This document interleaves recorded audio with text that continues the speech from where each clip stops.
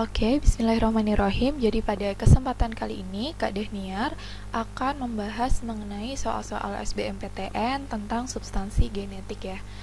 Nah, sebelumnya jangan lupa subscribe supaya kalian gak ketinggalan informasi terbaru dari kami. Nah, langsung aja ke soal yang pertama. Di sini diketahui ada urutan DNA. Nah, ini arahnya dari 5 aksen ke 3 aksen. Kemudian di sini ada ATG, TTT, CCC, dan juga TAG. Nah, perlu kalian ketahui bahwa ya bahwa DNA itu kan double helix atau ganda berpilin. Jadi kalau misalnya Mbak Deniar gambarkan, dia kurang lebih seperti ini. Nah, gini ya, jadi ganda berpilin. Dan arahnya ini saling berkebalikan. Jadi ada yang dia ini dari arah 3 aksen ke 5 aksen, atau sebaliknya dari arah 5 aksen ke 3 aksen. Nah, jadi DNA ini kita bisa bedakan menjadi 2, yaitu yang arahnya dari 3 aksen ke 5 aksen ini disebut sebagai DNA template. Sedangkan sebaliknya yang arahnya dari arah 5 aksen ke 3 aksen, dan ini adalah komplement ya dari DNA template, ini disebut sebagai sense gini. Nah, karena ini dia saling berkebalikan, maka template ini nama lainnya adalah antisense. Sedangkan yang sense nama lainnya adalah anti-template. Jadi kalian jangan bingung ya, anti-template tuh apa ya? Sense tuh yang mana?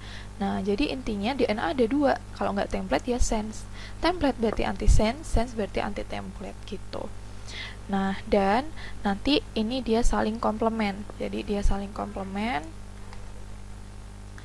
Warnanya Mbak ubah jadi hijau. Nah, jadi dia saling komplement ya. Saling komplement.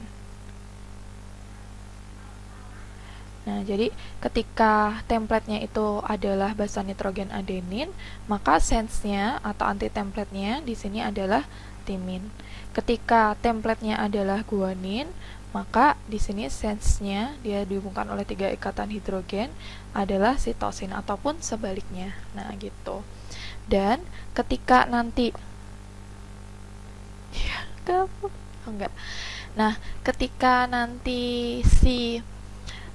Nah, ketika nanti sense-nya basa nitrogennya ini diubah menjadi urasil, urutan pada sense, ketika timinnya diubah jadi urasil, maka ini udah setara dengan RNA duta atau RNA messenger. Nah, ini disebut juga sebagai codon ya. Nah, jadi setiap 3 basa nitrogen yang ada pada RNA duta ini disebut sebagai codon, dan inilah yang nantinya digunakan atau diterjemahkan menjadi protein gitu. Nah, sedangkan ketika urutan templatenya ini timinnya diubah menjadi urasil, maka dia akan setara dengan RNA transfer atau pembawa gitu. Inilah yang disebut sebagai antikodon. Dan arahnya sama ya, jadi kalau RNA duta ini dari arah 5 aksen ke 3 aksen, sedangkan RNA transfer karena dia pelengkapnya arahnya dari 3 aksen ke 5 aksen gitu. Dan ini juga saling melengkapi, jadi antara kodon dan antikodon mereka tuh harus klop, jadi mereka ini saling melengkapi gitu. Jadi ketika di RNA transfer itu ada adenin, maka di RNA dutanya adalah timin. Dan sebaliknya ketika ada transfernya itu guanin, maka di kodonnya itu ada yang namanya sitosin. Jadi ini juga saling komplement. Nah, jadi ini adalah kuncinya. Jadi konsep dasarnya itu sebenarnya cuma segini doang. Mau soalnya diputar-putar kayak apa, kalau kalian tahu konsep dasar ini, insya Allah tuh kalian bisa gitu.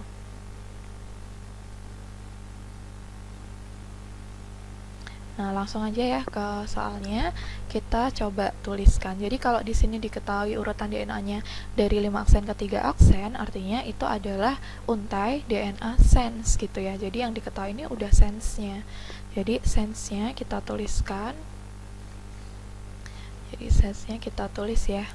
Sense-nya diketahui DNA sense itu adalah dari arah 5 aksen A, T, G, kemudian T, T, T, C, C, C, T, A, G, kemudian 3 aksen di sini. Nah, kemudian kan udah diketahui nih sense. Berarti kan kalau kita mau nyari RNA duta atau dia sebagai kodonnya, tinggal timin dari DNA sense itu diubah menjadi urasil. Nah, itu nanti udah setara dengan yang namanya RNA duta atau messenger. Ya udah, berarti RNA dutanya adalah di sini berarti AUG, kemudian UUU, kemudian CCC dan juga UAG gitu ya, 3 aksen. Dan AUG ini adalah kodon start, sedangkan UAG ini adalah kodon stop gitu ya. Jadi ini adalah start kodon AUG. Jadi start kodon itu cuma satu ya, cuma AUG saja, sedangkan stop kodon di sini adalah UAG. Nah, jadi kalau stop kodon tuh ada 3 sebenarnya selain UAG. Nah, ini perlu kalian tahu ya, Mbak tulisin di sini. Stop kodon, jadi dia adalah kodon yang berfungsi sebagai sinyal bahwa translasi itu harus berhenti. Dan ini ada 3, ada UAA, UAG, dan juga ada UGA. Dan ini disebutnya sebagai kodon tidak bermakna.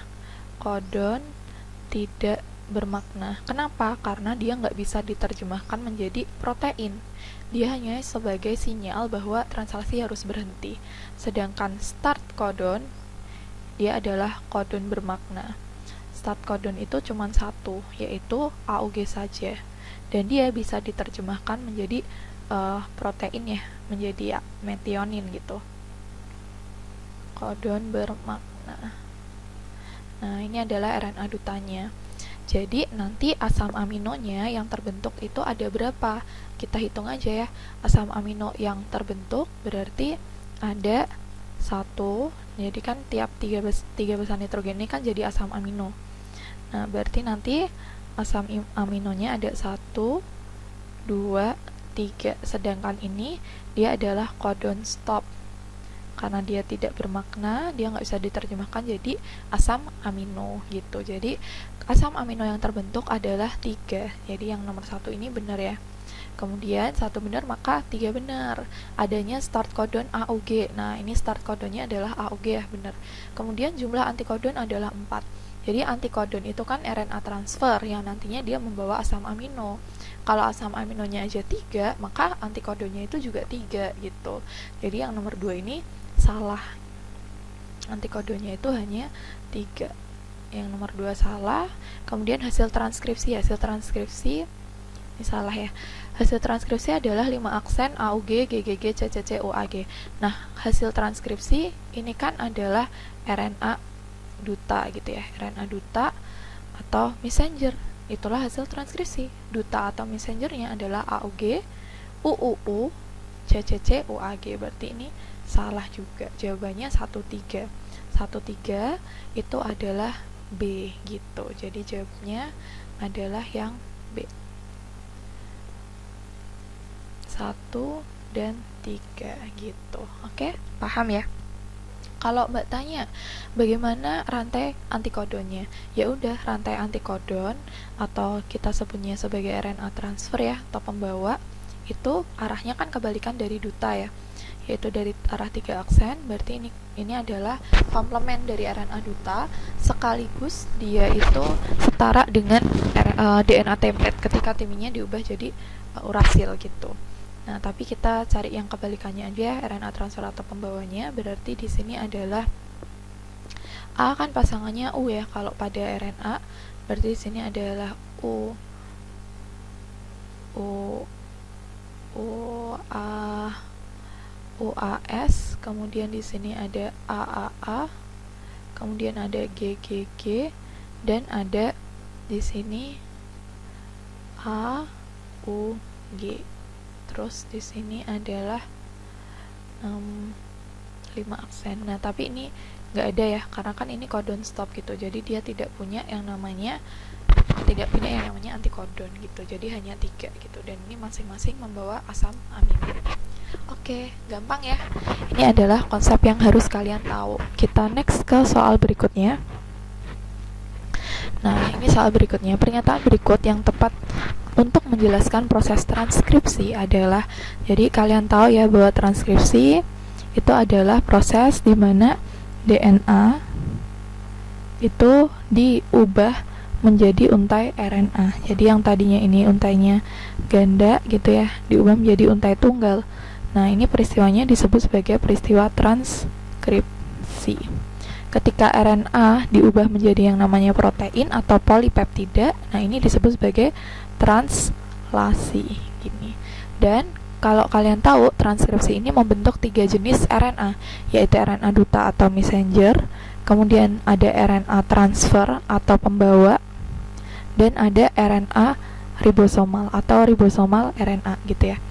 Nah, jadi satu-satunya yang diterjemahkan atau ditranslasikan itu hanya RNA duta atau messenger, sedangkan RNA transfer atau pembawa ini fungsinya untuk membawa asam amino saat translasi, dan dia inilah yang disebut sebagai antikodon. Perannya ini sebagai antikodon. Sedangkan RNA-R ini dia nantinya sebagai penyusun dari ribosom gitu. Nah, jadi kalau di transkripsi sendiri, transkripsi itu kalau pada sel eukariotik, sel yang dia ini punya yang namanya karioteka ya, dia memiliki karioteka. Apa itu karioteka? Karioteka ini adalah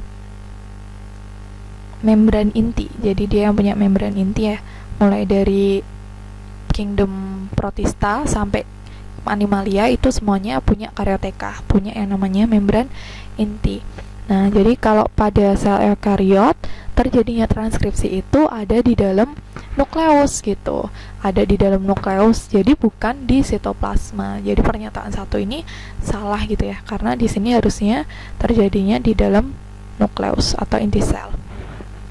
Kemudian kita cek nomor 2-nya, transkripsi pada sel prokariot tidak simultan dengan translasi. Jadi kalau sel prokariot ini dia yang tidak punya karioteka, contohnya bakteri ya. Jadi dia nggak memiliki karioteka, contohnya bakteri. Nah, ini arti dari tidak simultan, maksudnya tidak saling menambah gitu ya dengan translasi, ini juga salah. Jadi kalau pada sel prokariot, karena seluruh hasil dari RNA-nya itu adalah adalah ekson maksudnya, jadi semuanya itu adalah ekson. Ekson itu adalah untai RNA yang nantinya bisa diekspresikan gitu, jadi bisa diterjemahkan tuh disebut ekson. Karena semuanya adalah ekson, maka dia ini simultan dengan translasi. Jadi tanpa menunggu transkripsi selesai itu sudah bisa dilaksanakan translasi karena semuanya adalah ekson. Jadi nomor 2 ini adalah salah. Terus nomor 3, transkripsi pada sel prokariot mengalami splicing. Nah, ini juga salah ya. Prokariot karena dia itu tidak memiliki intron, maka tidak perlu ada splicing gitu. Nah, maka ini jawabannya pasti 4 aja. Transkripsi pada sel eukariot mengalami penambahan poli E dan cap pada kedua ujung mRNA. Jadi benar. Jadi kalau pada sel eukariot, saya kan gambarkan nih sel eukariot, ini adalah di dalamnya ada inti sel, kemudian nanti di dalamnya ini terbentuk ya yang namanya mRNA gitu. Terbentuk mRNA. Nah, nanti mRNA ini kalau Mbak perbesar sebelum dia keluar ya melalui membran berporinya dari karioteka ini, nah nanti dia itu akan ditambahkan di ujung-ujungnya poli E dan juga cap gitu di kedua ujungnya. Terus nanti dia akan keluar dari yang namanya nukleus dan menuju ke sitoplasma. Jadi jawabannya 4 saja. 4 saja itu D gitu. Ini jawabannya adalah yang D, 4 saja. Oke, gitu ya, mudah. Segitu dulu, kita tutup dengan bacaan hamdalah. Alhamdulillahirabbil alamin. Wassalamualaikum warahmatullahi wabarakatuh.